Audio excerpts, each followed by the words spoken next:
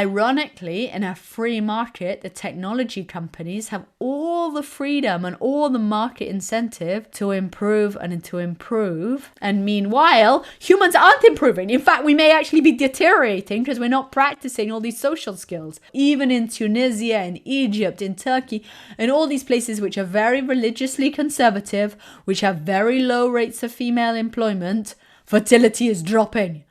So it's not like Egypt is having a feminist revolution. Their female employment is 16%.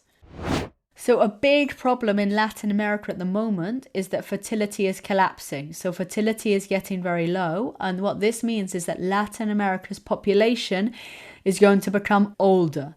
And older people are less economically active, they're less productive, so they're not contributing to tax revenue. In many parts of Latin America, the fertility is now lower than the US.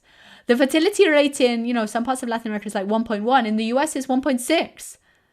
Like, that's never happened before. Previously, it was Latin Americans having big families.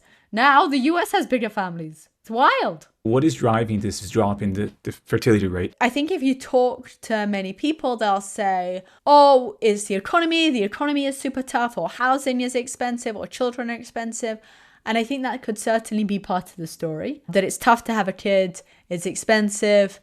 But I think that won't explain why it's suddenly happening right now, that there's been this very rapid drop in fertility. And one thing it's closely correlated with is the rise of singles. So more Latin Americans, and in fact more people right across the world, in Europe and the US too, are staying single.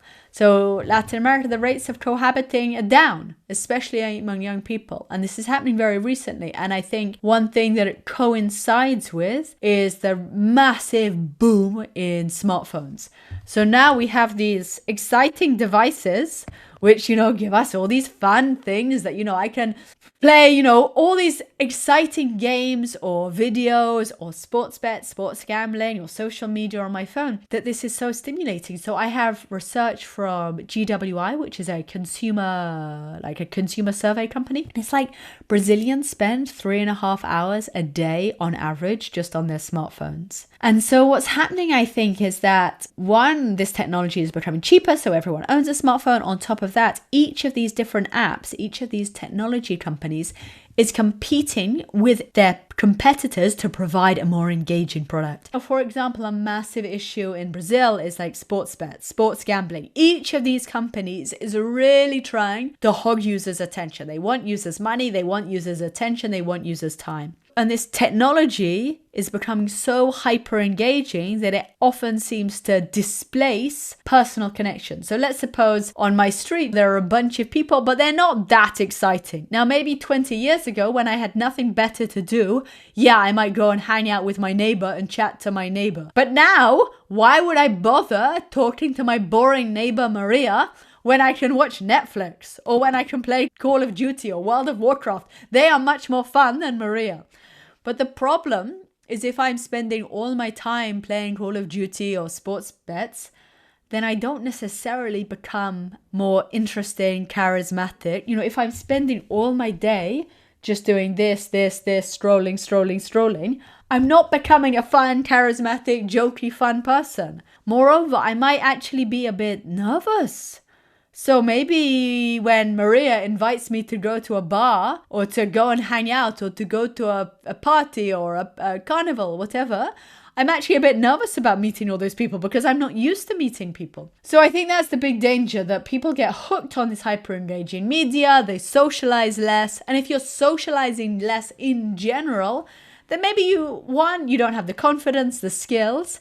So even if you meet someone on a dating app, maybe that date is going to go badly because both of you are not that fun, right? Ultimately, if people are going to form relationships, they both need to have a fun date.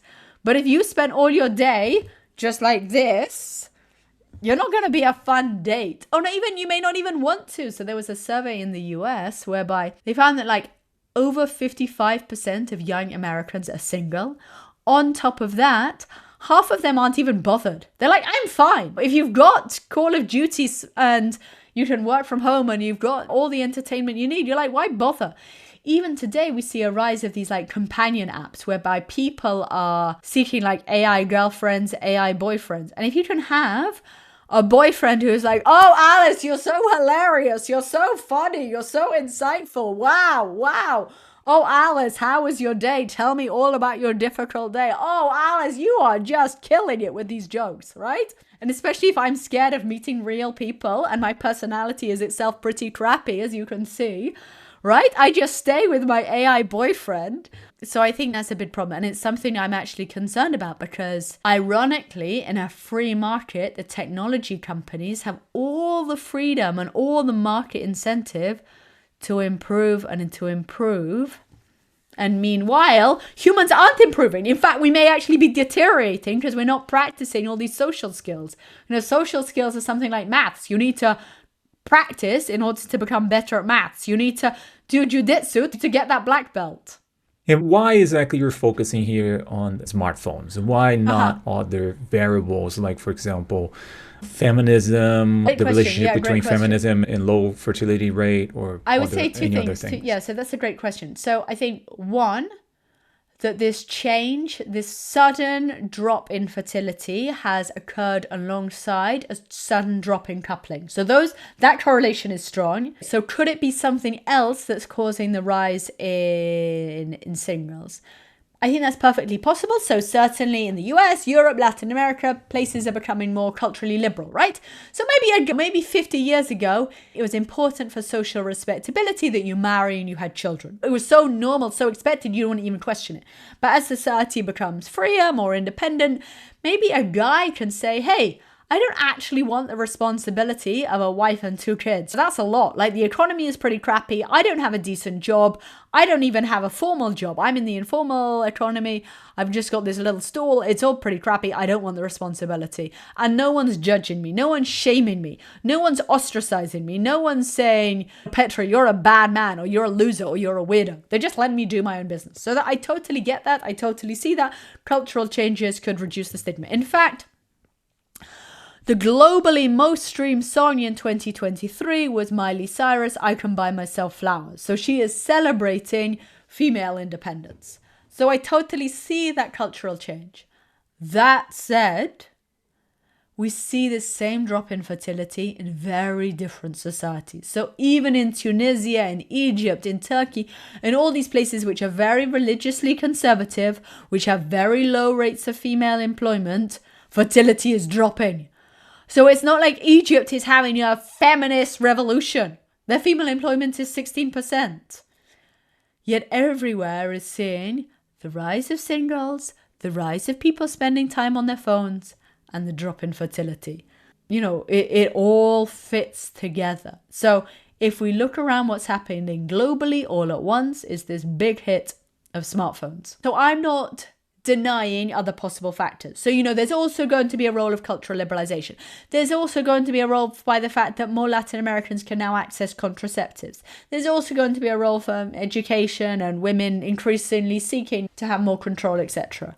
So I don't say it's just one thing, but that's certainly a big part of it.